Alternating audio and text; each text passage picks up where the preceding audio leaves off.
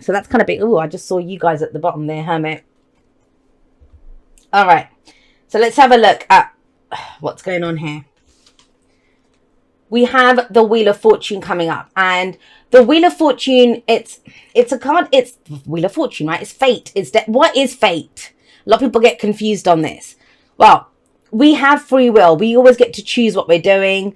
And when we talk about free will and choices, a lot of people see that as, but no, Jay, I can't make someone else do this, and I can't do whatever, to affect your external reality. That's not what the choice is. And I have a whole podcast on this that I recorded about a year ago. The choice is on how choosing to experience. Remember I was saying that where your heart focuses. So say, for example, I could have had a really shitty day, but now that I'm here, I'm fully focused, and I've had a great, it's very early in the morning here actually, but I'd be fully focused on what's going on with my reading. That this is the story. I'm fully immersed in it, fully present in where I am, not thinking about what happened in the past, not, oh my God, what are people going to think of this reading? That's what being in the moment is, being fully present right now. How do I feel right now? I feel great. Talking about the Wheel of Fortune right now. So then what does the Wheel of Fortune mean? It means when destiny steps in. Like there's always things that happen in life that we don't have control over the physical aspect of it. The redundancies at work, or someone deciding they no longer want to be in a relationship, or, someone leaving home, or the landlord saying you're evicted, whatever, I'm closing down, I'm not putting this house on rent anymore, whatever. Those things we don't have control over. But the Wheel of Fortune says the wheel has turned, the season has changed. And it's our job. How do we turn that fate into our destiny? Is to recognize it as an opportunity and to walk through the door. That is our choice there. So if they let you go from that job, it's like, well, I never liked that job anyway. Let me go and start that business. Let me go and apply for that other job. Do you see what I mean? That's how we turn that fate into our destiny. We can do the Five of Cups. Why did this happen? Why have I not got the support? Why is that gone? But it's seeing it as an opportunity. And the Wheel of Fortune is that. It's a new cycle begins. Now, it can be something that comes back round again. It may be the case for you, especially with the Five of Wands and it came up at the beginning, right? These two have they have a lot of significance because they came up right out of the deck. First two cards out, and they're very prominent, interacting with each other in the reading as well. But if that situation comes back round again, whether it's with the same person, whether it's the same company, whether it's whatever, it could be a brand new job, it could be a brand new relationship, whatever. It's on us to do it differently. Now that's underlying.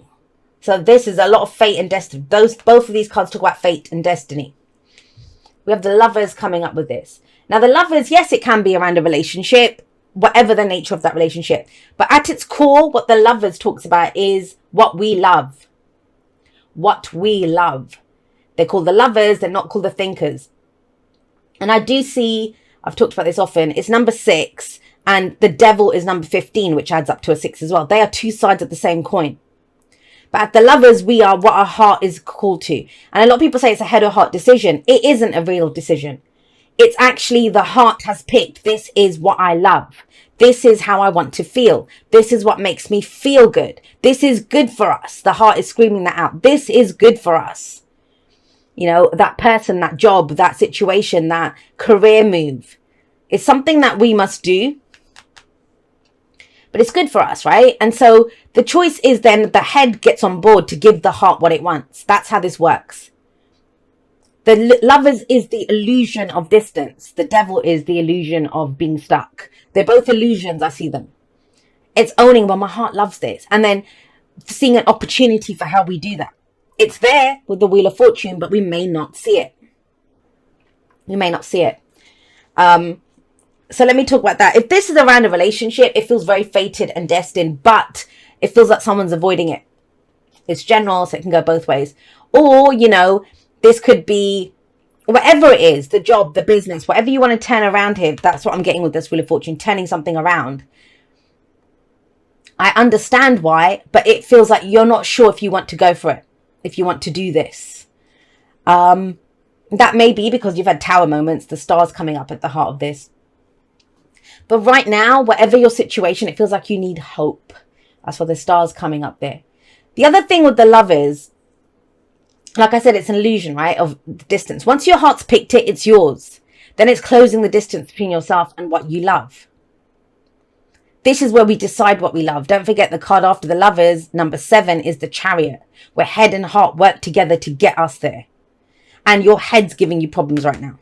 Whenever you get the 8 of Swords, 9 of Swords, 3 of those kind of cards in the future, that's a projection of what we see coming in. What we see coming in. So right now, whenever you're watching this, you know, tarot timings are bizarre, but whatever the nature of what it is that you love, and remember this, and it's difficult for an earth energy, I get it. I'm an earth moon, I'm a Virgo moon, so I understand. If it's not physically there, it doesn't exist, right? It doesn't exist. But right now, your purpose is, what do I love? So I'll give you an example. If this was me, say I love the tarot. I love the tarot. I love it. But it's like, oh, I never be a tarot card reader and, you know, whatever. But that's assuming that I'm not, didn't have this channel or anything right at the beginning. No, because the opportunity is that if I talk about tarot, people are going to be interested in it. I can start a channel if I choose to. That's the point, right? It's like, I love tarot. The opportunity is there for me to be a tarot card reader, but it's going to require effort. And it's the relationship with where we've tried something before. That's the kind of issue that's coming up here. It's the past that, you know, is the kind of issue. And I don't even mean issue. It's more, that's where we're hearkening back to. And that's not being in the present moment. That's not being in the present moment. So whatever you love, I just want to say it again. I want to make this very clear. You might dispute it, but I'll explain why you're disputing it as we go through this. Because the major arcanas, they are our major path in life. They affect everything. So this would be across the board. Whatever this thing is, it's big. Especially with the Wheel of Fortune, that's massive change. With the Lovers, for you, it's change now for you to go for what you love. And with the Star, it's look up. The Star comes in after the Tower. And so if that Tower hadn't fallen, which can be very shocking and it feels like a loss, right? If that Tower hadn't fallen, we would not be able to see the stars. We would not be able to see the stars. But it's about letting your heart go for like, whatever it wants. And you will know that. You will know what it is, because the heart doesn't think in things or possessions or people. Like, your heart is not going to say, I love John down the street, or I always use John and Sarah. I don't know why. Sorry to all the Johns and Sarahs out there. But, you know, that's not your heart. That's your head that is saying to your heart, okay, so you like feeling in love, or you like that aspect of yourself, that loving, whatever aspect. I'm going to, well, then there's John. Let's go for John. That's your head doing that. The heart doesn't think in specifics. And that's where people get very confused. When they say, I can't stop loving him, or I can't help this thing. That's the only thing I want. No, that's your head. That's keeping you trapped on that one thing. The heart, the language of the heart is feelings. And feelings, they can be triggered by people and things, all the rest of it. But they're still our feelings. So what the heart wants is to feel more of that. Right? With me so far? Good. I want to take a minute to explain that, because that's big. Coming up as an underlying, that is what you're tackling this month. This energy. If nothing else, you can stop this right here. If you're done with it, that's your message. Go figure out what you love. Because that's when you love it, when you focus on this is how I want to feel, you will see more of it. And not just as a want of that feeling. Like, I want to feel love. All right, so what do you love right now? Because you get more of what you feel. Your feelings are a magnet. And that's why with the Star coming in, it's asking you to look up and pick your star. Which one's your star? There's so many stars here. Which one is your star? The Star is a very spiritual energy. Very spiritual energy.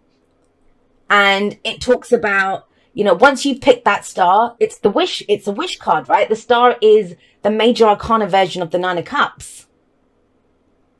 So which one's your star? You pick that.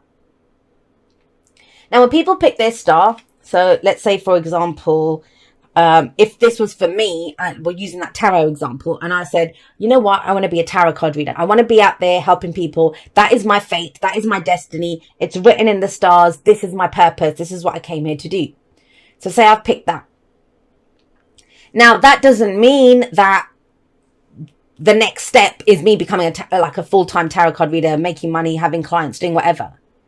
The star that I've picked, actually what I've picked in that is doing something that I love, expressing my spirituality. If you think about the language of the heart, it's the head that's come up with, you can only do that as a tarot card reader. Do you see that? I'm trying to really explain this because it's one that people get tripped up on so often. And so if I've picked that, I've picked my star, that's how I want to feel, that's what gives me hope, that's my new beginning. That is my roadmap now. That, I was talking about Google Maps, the reading being Google Maps. That is my roadmap. That is my path ahead. That if I've picked that star that I'm going to express my spirituality and try to help people through, let's try tarot, that might be the first step, then that's the roadmap. So let's start a YouTube channel. Let's get a social media page. Let me get some tarot decks. Let me start reading for people. Do you see that? That's what it shows. That's how we go forward with it. But I do love it. Like I'm really not trying to put your reading down because that's amazing, powerful energy. And when we have amazing, powerful energy like that shifts in our life taking place, let's be completely honest here. Now, when we see the star and the sun, but if this is a work reading for you, and I said this, I think somebody else got this combination. I don't remember who. Maybe it was Taurus. I don't remember. Anyway, so the sun is the spotlight. The star is your star rising. So it's about showing your star in that spotlight. In a relationship, it's the same. Now, think about this. If it's talking about the roadmap that's coming in with the star coming up, I'm going to straight up say this to you, Virgo, and I get this. Please trust. Our moon is our soul. It's who we are. So I have a Virgo moon. Trust me, I get Virgo energy. And it's one of the things I've worked really a lot with my Virgo moon because it was one of the energies that I didn't really fully understand. And I think for a lot of the time I came from in my 20s, I was at the lower end of the vibration of Virgo energy. I was judgmental and picky and a perfectionist and all of those darker energies that sometimes Virgos are known for, where there's a much higher vibration for Virgo, amazing energy. I mean, we wouldn't have this amazing world that we have if it was not for Virgos, for a lot of that, the service that Virgo energy brings and the healing energy. So I'm not shitting on Virgo energy. I love it. And I love that I have a Virgo moon now. Why do I say that? Because you are very much being instructed. I mean, have a look at this. There's opportunities, there's fortune, there's, the wheel is turning. But if you focus on what you love, if you focus on what gives you hope, if you focus on where the potential for happiness is. Because as an advice card, the Five of Cups, look at her. She is looking at what has been lost, what is not there. And that is what makes Virgo so good at figuring out, well, this doesn't work and this works. Don't forget, Virgo is the maiden of the harvest. What does the maiden of the harvest do? What does the harvest maiden do? She looks at the harvest and says, right, we can get rid of the stalks. We'll keep the corn or the wheat or whatever, the bit that we can use. What is of practical use here? And so this is very much in line with who you are. The thing that is lost, is it of practical use for you to keep looking at it? Answer it yourself. Because this is amazingly massive energy coming up here. Massive. And yet, why are we not making use of it? Why are we're going on this journey here? I understand it. And it may be a reaction to because you feel it so strongly, because you feel how big this is. It's that overwhelming how connected you feel to this person. It's overwhelming the shit that you're in right now, and it just feels like I can't look away from the train wreck or the shit show that my life is. But that's the only way that it will get brighter and bigger, right? You can look at the rubble of the tower, or you can look up and start looking at the new star. And there is a part of you that says, but Jay, I worked so hard in that tower, and you can't fix the tower. You can't fix that tower. That's the thing with the tower. And we always take a moment and sit and cry and look at the tower and think, wow, I put so much time and effort and energy into that and it fell. But at some point we need to say, someone get this shit out of here. I'm building something new. Something that is worthy of me. Something that gives me hope. Something that I can see my happiness in. Because the sun very clearly says what you focus on now, it will grow. What you focus on, it will grow. You are the sun in the solar system of your life. You give life to whatever comes. This is a card of creation, new beginnings, that life force energy, because that's why there's always a child here. There's something very innocent about this card, right? Innocent joy. And the sun is the bird's eye view of the maze. The other thing, when you get swords and you've got some difficult swords energy coming up here, it's around the stories that we tell. So it may be like when you wake up in the morning, are you going over the kind of difficult stuff? When you're going to sleep at night, what are your dominant thoughts? You know, and that's not to say, I mean, I deal with difficult stuff, but I keep it in its place. I mean, I saw a message this morning from someone. I was not interested. Like, I swear I was not interested. I was like, seriously, this person back again? But I don't need that. I do not want to give my energy to something shit like that. And especially not when there's this kind of beautiful, fated, something that you love. And with this power coming in to kind of help you move towards it, to see a path towards it. Do not forget, the Virgo is the Knight of Pentacles. That Knight of Pentacles is always going to get the job done, one step at a time. What screws him up is where if he starts looking for fault in everything.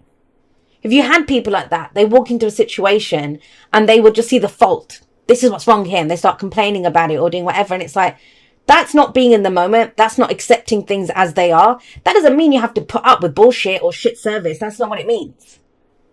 What do I love about this situation? It's shifting the focus. Shifting the focus from being critical and even self-critical. I mean, there's a lot of this self-criticism maybe coming in. That's very personal energy down the bottom there. That, you know, going from that kind of critical energy to, wow, what's good about this? What do we want to expand about this? Where's the potential for happiness in this situation? So with the Five of Wands, your foundation last month, last year, I understand, because you've really put some effort into something. That's what the Five of Wands is. Showing up, you know, getting it done. As I said at the beginning, the card that comes after the Five of Wands is the Six of Wands, recognition for the work that you put in. This is healthy competition. This is giving it your best, giving it your all. And you don't see it. I understand that because of this, but because of this effort, there's a beautiful opportunity now. That may not have gone how you wanted it to, but that's what we do when we have black and white thinking. It's either good or it's bad. It's easy or it's difficult. But the thing is, just because something's easy, it doesn't make it good. Just because something is difficult, it doesn't make it bad. You may have, I'll give you an example. Say you've trained really hard at some course you've done, and you worked really hard for that promotion and you did whatever, you know, and you didn't get it. So that's where you think, well, screw it. What was the point of that? But maybe through going through that struggle, that thing, it's given you a new skill set. Maybe now you can go teach that subject. Maybe now you can do something else, which would makes you actually more happier, which is a new beginning. There's hope here. It's like, wow, I actually really love that. But when we get stuck on just one thing, which is what the head does, remember I said John or Sarah, or, you know, it has to be in that company or it has to be that specific job, we can miss out on so much. And the truth is, you can make anything a success with this energy, as long as it's what you love and as long as it's where you see your potential for happiness. Because if you focus on what's missing, or you focus on, well, I worked so hard on this, look what's happening, you get the Seven of Swords in your present. And the Seven of Swords is a card that talks about, is it worth the risk? Sevens are always, is it worth it? Is it worth the risk? Do I need to plan this a bit more? Do I need to think about, that's the head coming in. The big thing for you this month, if you do nothing else, but just identify, this is what I love. This is what's the best for me right now in my feelings. In my feelings. This is what gives me hope. This is what makes me happy. If you can focus on that and really feel that energy, really feel that energy.